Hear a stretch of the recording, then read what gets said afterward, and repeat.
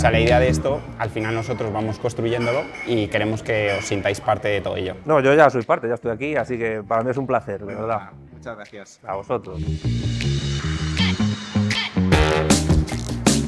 Y nada, y bueno, un poquito para empezar, yo te debo de ser sincero y he sido una de las personas seleccionadas porque era una persona que no te conocía, o sea, que no sabía quién era Santiago Armesilla.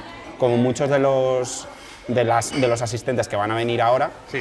que muchos de ellos van a llegar, van a ver a un tío pues, de ese calibre, pues igual que yo, un tío grande, fornido, con los pelos largos y no sé, antes de todo ello, ¿cómo te definirías actualmente, en qué estás trabajando? Un poco pues desarrollándonos tu día a día ahora y tu...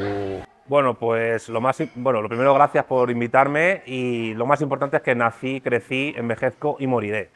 Y luego lo superfluo es que, bueno, ahora mismo pues me dedico a temas audiovisuales, tengo un canal de YouTube, soy politólogo de formación en carrera, especializado en análisis político, también tengo un máster en educación, un máster en análisis político, tengo un doctorado en economía y ahora estoy haciendo mi segundo doctorado en filosofía en Salamanca, yo vivo allí aunque soy de Madrid. Y bueno, pues de vez en cuando pues escribo libros, hago artículos, me dedico a participar en charlas, conferencias, presentaciones, seminarios en España, fuera de España. Me dedico sobre todo a la divulgación de geopolítica, política, economía, historia, antropología, filosofía, desde una perspectiva filosófica materialista. Es decir, yo soy materialista filosófico, político, antropológico, etc. Y entonces en mi perspectiva pues todo eso se entreteje, lo ofrezco a través de mi trabajo. Y los que lo quieran disfrutar, pues yo encantado de la vida, claro que sí. Qué bueno. O sea, entendemos un poco el materialismo en la practicidad, ¿no? O sea, por lo que veo tienes un currículum espectacular. Bueno, no es de... O sea, al final hay que reconocerlo, los méritos de cada uno y en este caso pues los tuyos, porque al final has sido una persona que se ha dedicado y ha tenido mucho interés, que podría haber estado haciendo otras actividades o simplemente pues disfrutando de la vida, ¿no? Entonces, toda esta teoría, todo este conocimiento que has adquirido a lo largo de los años, supongo que también con alguna experiencia vivida, ya ¿cómo se enfoca este materialismo o cómo aplicas este materialismo pues, a las diferentes áreas y concretamente pues, aquí estamos en It's Time to Think, el área del pensamiento, pues concretamente a esto, ¿no? ¿Nos paramos a pensar? ¿Realmente es importante pensar? Hombre, yo creo que piensa todo el mundo. Otra cosa es cómo pensamos y qué herramientas tenemos para pensar. Aparte que el pensamiento no es solo una acción reflexiva interna del sujeto.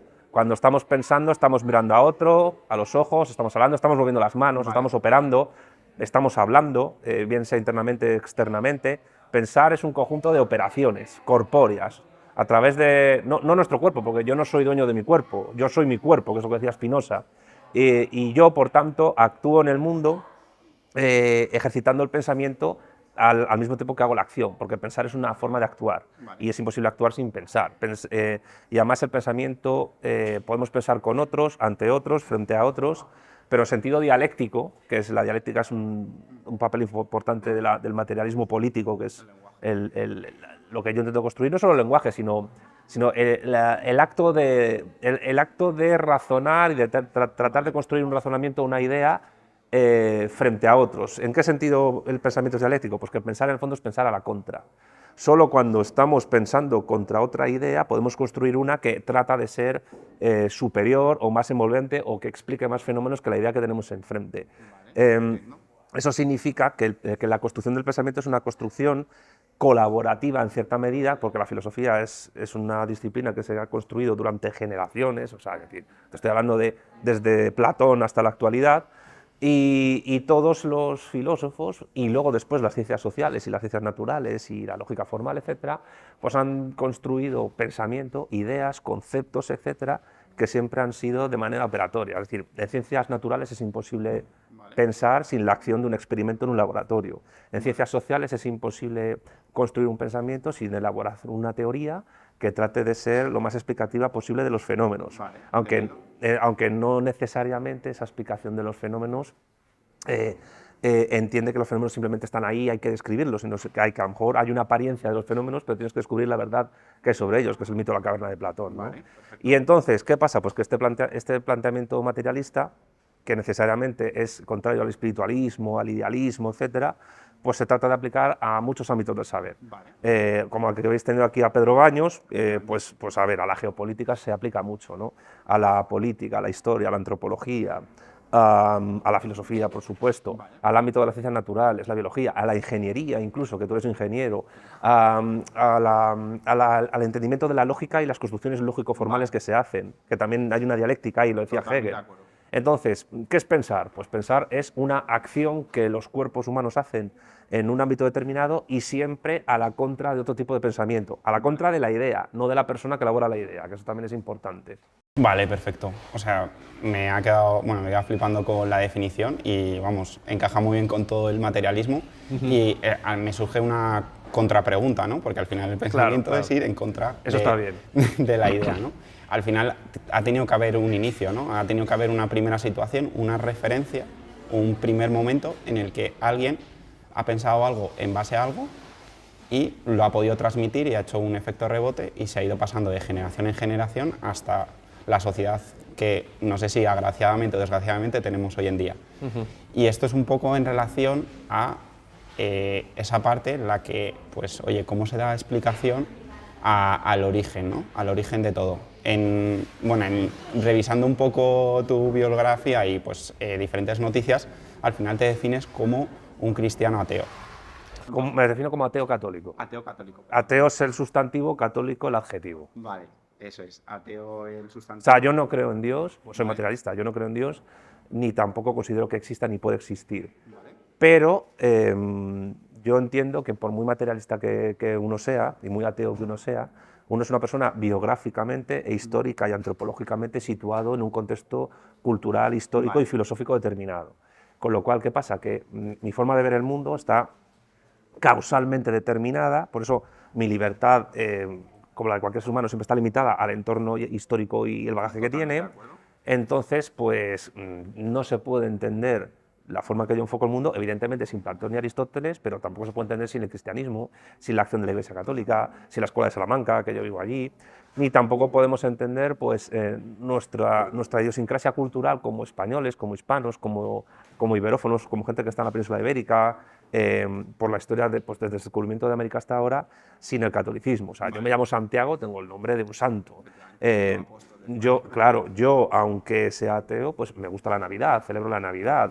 En Semana Santa pues estoy de vacaciones y al mismo tiempo pues no se puede entender, digamos, la antropología de nuestra sociedad, de nuestra nación, España, sin las relaciones comunitarias, familiares, laborales, a nivel, desde los pueblos más pequeños, que cada vez se están vaciando más, hasta las propias ciudades. A lo mejor ahí ya la influencia externa por el cosmopolitismo es un poco mayor, vale, pero la cuestión es que yo reivindico esa cultura católica y esa herencia filosófica, antropológica y política que el catolicismo ha establecido en mi sociedad, y además lo hago a la contra frente a terceros, es decir, particularmente frente a dos ámbitos, digamos, culturales. Uno sería el protestantismo, particular, el luterano, anglicano y calvinista, y otro sería el islámico, particularmente el sunita, porque el chiita nos pilla un poco más lejos, está en Irán ahí, y aparte que dentro de las familias del Islam, curiosamente es la más parecida al catolicismo. Entonces, yo entiendo y incluso a ciertas formas sociales, pero con sus salvedades y sus diferencias. Pero evidentemente yo soy tan hijo de Platón, de Aristóteles o de Marx o de Gustavo Bueno como lo soy de Santo Tomás de Aquino, o lo soy de Francisco Suárez, o lo soy de Juan de Mariana, o lo soy de Benito Jerónimo Feijó, o lo soy de muchos pensadores del catolicismo. Entonces creo que en el mundo actual, sin negar el ateísmo ni la secularización, que además es hija del catolicismo, porque la separación Iglesia-Estado es un invento cristiano, la laicidad es un invento cristiano, católico, medieval, pues yo creo que hay que reivindicar ese hecho cultural, ese pathos cultural, porque ha tenido más pros que contras, y yo creo que la gente tendría que agradecer haber nacido en un país católico, no haber nacido pues, en Suecia o en Arabia Saudita, la verdad. Una respuesta muy materialista. Sí, claro. Bueno, es lo que soy. No, efectivamente. No, y sobre todo, pues es verdad que pues a la hora de reconocer tu historia, de reconocer lo que hemos sido, lo que hemos hecho bien, lo que hemos hecho mal, y luego hacer pues un balance, una conclusión final de, oye, los pros han vencido a los contras, y pues nos encontramos en la situación en la que nos encontramos a día de hoy. Entonces, ahora ya volviendo un poco, saliendo de lo que vamos a hablar o lo que vas a hablar en el Cinglao, que va a estar más enfocado a la filosofía, pero te quiero hablar un poco de nuestro público, ¿no? De esa sociedad civil que se encuentra actualmente, ¿no? Pues un poco desamparada, ¿no? Bueno, al final el poder político, el poder mediático, pues tiene una serie de influencias, una serie de intereses, ¿no? Que hacen que la realidad que nuestros padres, porque eres un poco más mayor que yo, pero bueno, o nuestros abuelos podían vivir, pues ahora, a la hora de decir ciertas palabras, lo que comentabas, ¿no? Con el pensamiento, que el pensamiento al final se basa también mucho en el léxico, en cómo tú formulas a nivel comunicativo, verbal, lo que opinas. Sobre todo también en la acción del cuerpo humano en interacción con otros cuerpos en la sociedad. O sea, la razón, la racionalidad no deja de estar unida a la vida. Es en la vida corpórea y en comunidad donde nosotros podemos construir una cierta racionalidad. Que no te estoy interrumpiendo, pero creo que es un corolario bueno para lo que dices. Es decir, nosotros construimos cualquier tipo de herramienta, cualquier tipo de institución, cualquier tipo de ceremonia, siempre a través de lo que somos corpóreamente. Y la construcción de la persona, y la idea de persona es muy católica, muy cristiana, pues, claro, persona jurídica, esto viene del teatro griego, como bien sabes, de la máscara, tal, pero la construcción de la persona siempre se hace en base al cuerpo humano. Y el cuerpo humano es lo que nos permite interactuar racionalmente con el entorno. Y al mismo tiempo ese cuerpo humano es un cuerpo vivo. Y ese cuerpo vivo, esto existe mucho, otro filósofo y amigo mío, Juan Bautista Fuentes Ortega, ese cuerpo vivo es, digamos, sujeto tanto de lo histórico como lo que diría Unamuno de la intrahistoria de los pueblos, que es esa parte pues, que no se narra en los libros, pero que está ahí, ¿no? Vale. Y esto también creo que es importante a la hora de reivindicar qué podemos entender por razón, por racionalidad, etc. Vale. Ya está. Pues nada, perfecto. O sea, mi pregunta iba enfocada, que la puedo reubicar o puedo reordenar, en el sentido de que, bueno, hablamos de materialismo y a nivel de pensamiento te veo muy fuerte porque estás comentando una serie de ideas que tienen unos argumentos bastante sólidos y estables, y cómo eso lo pasamos ahora a la sociedad, a un joven de 25 a 30 años que se ve inmerso en una situación en la que, pues lo que comentábamos, ¿no? Los medios definen un tipo de pensamiento, si lo podemos llamar pensamiento, el poder político otro, y pues ya no es que ni pensemos, sino el sentido común, ¿no? Entonces, tú, yo creo que en esta etapa también estás más dedicado a la formación, a las universidades. Entonces, un poco con esa experiencia, con ese conocimiento que tienes, ¿qué podrías decir hoy a los jóvenes para que puedan escapar del ruido, ¿no? de esas interferencias que tienen, pues ya sea por la tecnología o por las millones de distracciones que tenemos a día de hoy, y pueden centrarse en lo que realmente importa, en ir a la naturaleza de los problemas y a poder vivir la vida pues, como un ser humano se dignifica, ¿no? Vale, pues voy a responderte en 3 puntos, en 3 fases. La primera, bueno, la idea de sentido común es muy equívoca, porque definir qué es el sentido común, hay partidos políticos por aquí diciendo somos el partido sentido común, y yo, bueno, ¿y qué es eso? ¿Qué significa? Quiero decir, es una idea que está muy manida, muy manoseada, muy baboseada, y muchas veces eso que se llama sentido común depende de las ideologías y que sean hegemónicas en una sociedad determinada. Luego, en segundo lugar, ese poder político, mediático, etcétera, es también un poder económico. O sea, tú no puedes separar la economía de la política. Son 2 disciplinas que surgen cogenéricas a nivel académico, pues en el siglo XVII, XVIII, y mundanamente, pues ya la economía doméstica de la antigua Grecia, pues el propietario del oikos era el único sujeto, el varón, que tenía, digamos, ¿cómo decirlo?, capacidad política para estar en el ágora, en la asamblea, y decidir como ciudadano. Mientras que la polis griega y luego la República y el Imperio Romano tenían una población esclava mucho mayor. Y en el fondo, pues cualquier currante no es más que un esclavo asalariado, heredero de aquel, ¿no? Lo único que de una manera mucho más fina. Claro, las cadenas del pasado eran más férreas, más duras, más crueles quizás, pero las cadenas de ahora son mucho más invisibles. Y el tercer punto, hombre, lo de la juventud. Yo, si me permites, por mi experiencia en charlas, en libros, en presentaciones de cosas, yo creo que también tiene mucho mérito, evidentemente, que una persona joven se pregunte por cosas, y más por cuestiones que tienen que ver con la historia, las humanidades, las ciencias sociales, la filosofía, que no dan de comer a la inmensa mayoría de la población y que hay que tener en cuenta que la inmensa mayoría de la población no tiene tiempo para leerse un libro de Platón o de Gustavo Bueno o de Marx o de Aristóteles, no tiene tiempo. Y tampoco te creas que un licenciado en filosofía pues tiene mucho futuro laboral más allá de dar clases de filosofía en un instituto. Y los institutos ahora, pues yo no sé si tienes familiares adolescentes, pero acaso casi es la jungla, o sea, quiero decir. No, y porque es terrible, ¿no? O sea, a esas edades o vas a ser un delincuente o vas a ser un ingeniero, no hay término medio. Claro, claro, o sea, es un momento muy peligroso. Pero yo creo que también tiene mucho mérito que haya gente mayor de 40 años, de 50, de 60, que de repente cambie su forma de ver las cosas y se caiga del caballo. Con lo cual, nunca es tarde para, a través de la construcción crítica de la razón pública, que es lo que estáis haciendo aquí, pues cualquier persona salga de la caverna. Como diría Platón. Entonces, no menospreciemos, o sea, está bien que pensemos en la gente de 25, 35, 40 años, y por supuesto en adolescentes y más jóvenes, pero cuando veamos a alguien que tiene más de 50, más de 60 o más edad y hace el mismo proceso, que es más difícil incluso, debemos aplaudirlo. Incluso es una cosa que podemos hacer tú y yo ahora mismo y yo salir de una caverna en la que esté o tú, o sea, es decir, siempre va a tener mérito esta acción independientemente de la edad del sujeto. Totalmente de acuerdo. O sea, la pregunta estaba enfocada un poco más a los jóvenes por el futuro, ¿no? Porque al final son los que más recorrido tienen, pues las frases que siempre hemos comentado, ¿no? Al final son la masa crítica que va a definir las decisiones del futuro, ¿no?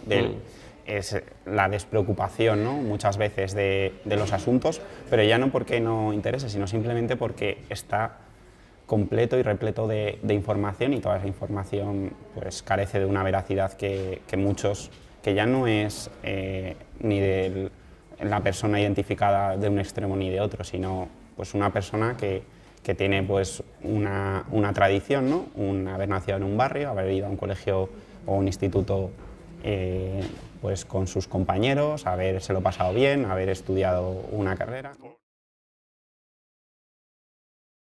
Todo lo contrario. O también, efectivamente, la vida pues va poniendo diferentes pruebas, cada uno tiene las suyas, ¿no? Y cada uno tiene el secreto o el misterio, ¿no? Entiendo, bueno, desde la concepción que veo materialista, al final la felicidad, que estoy metiéndome en otro... Hostia, el tema de la felicidad ya es... Sí, sí, muy pantanoso.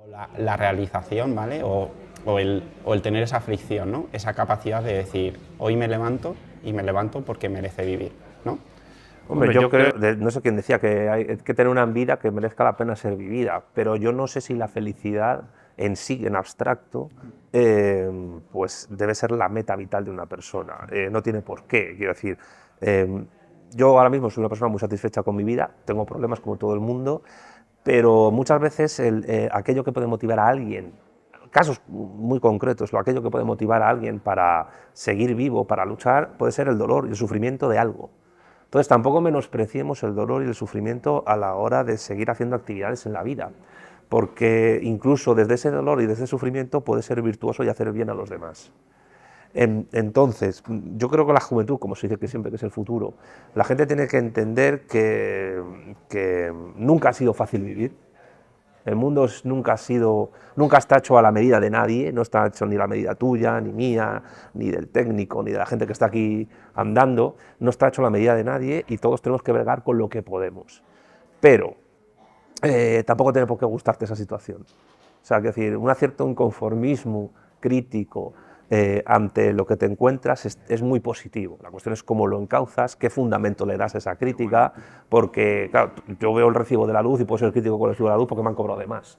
Pero a lo mejor no basta con ese tipo de crítica, aunque hay gente que no lo rebase de ahí. Y tampoco tienes por qué volverte un experto en filosofía o en geopolítica, simplemente con que estés de acuerdo con algunas cosas que se dicen, pues yo voy a ir por ahí, pues voy por ahí. Pero yo creo que la gente joven lo que tiene que entender es que todos estamos aquí de paso y mientras estemos aquí tenemos que hacerlo... ¿Crees que te vas a ir al cielo o al infierno? Como si crees que... Hombre, no creo que la gente piense que va a ir al infierno mayormente, ¿no? No, me explico, o sea, que al final son vías, ¿no? Que pues una persona religiosa entenderá un espacio... Sí, sé por dónde vas. O una persona que, oye, pues en tu caso a lo mejor, ¿no? Que hay un fin, pues esta vida es una vida limitada, ¿no? Yo creo que independientemente de que pienses que ya mueres y se acabó o que hay algo, tienes que saber que en el momento que estés aquí tienes que hacerlo lo mejor que puedas. Y hacerlo lo mejor que puedas es trabajar. Y mi madre, que en paz descanse, siempre me dijo que la vida consiste en trabajar y ayudar a los demás. ¿Y qué es trabajar y ayudar a los demás? Pues lo que estáis haciendo vosotros ahora mismo, ¿no? De alguna manera, es algo muy loable. Lo que intento yo hacer con mis actividades, trabajar y ayudar a los demás es por lo menos dar a la gente herramientas para poder entender el mundo y, si es posible, transformarlo de una manera óptima para que los que vengan después de nosotros no lo pasen tan mal como nosotros o tan mal como los que vinieron antes. Y si en algún momento incluso hemos sido conscientes de que hemos perdido algo del pasado que era bueno, recuperarlo tal y como era no se va a poder nunca, porque cada cosa histórica es de su momento, pero a lo mejor sí podemos tomar lo bueno de aquello y recomponerlo de cara al presente y el futuro. En el aquí y ahora es cuando vamos a poder hacer las cosas. Cuando nos vayamos dejaremos una herencia y los que vengan pues la tomarán o no y harán con ella lo que sea oportuno, y si pueden mejorar lo que hemos hecho, pues mejor. Pero es ahora cuando tenemos que hacerlo. Por eso a lo mejor la gente joven tiene más fuerza física, más ímpetu, más una aparente sensación de inmortalidad, de que no te vas a ir al otro barrio enseguida, pero tu tiempo es limitado. Tu tiempo es limitado en este mundo. Así que hazlo lo mejor que puedas y siempre trabaja en un sentido comunitario.